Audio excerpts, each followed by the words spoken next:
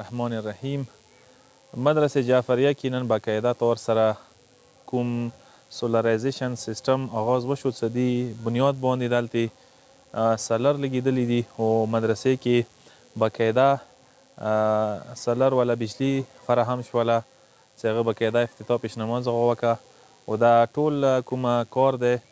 اخراجات دي پیشنماز طرف نه دا شی وشو او ټولې مدرسې ته انشاءالله 24 غنټې به بجلی اویلیبل و دستیاب وي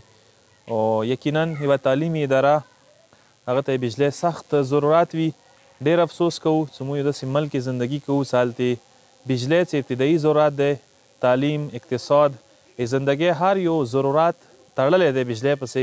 خو نن موږ سره بجلی حوالې څه مشکلات دي نو الحمدلله شکریه ادا کوو چې پیشنماز هغه بر وخت دا اقدام وکړلو چې جعفریه کې چې یوه تعلیمي اداره دی او بهترین طریقې سره دینی درسګاه دی درسونه وکې ورکولی شي هغې کې بجلی مسله وه نو بجلی مسله مو حل شوله امید انشاءالله پورې مرکز کې دا مسله حل شي او ټول مرکز ته 24 غنټې بجلی فراهم شي چې دا سلرو نظام دلته قایم شي او هغه به انشاءالله کیږي چونکې منبرګاه او مسجد تعمیرات مرحلو کې دی چې دا تعمیراتو مرحله نه وځي انشاءالله دې دپاره سلر نظام بجلی نظام فراهم کیدونکی دی تا دا څه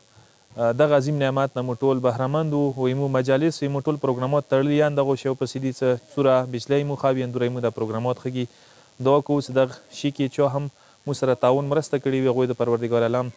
کامیاب و سرخرو وګرځي خصوصا پیشنماز هغه چې هغه دا بر وخت اقدام کړی دی هغه سیره د توري کومسار باندې قایم دایم و صدام وسطي والسلام علیکم ورحمة الله وبرکاته.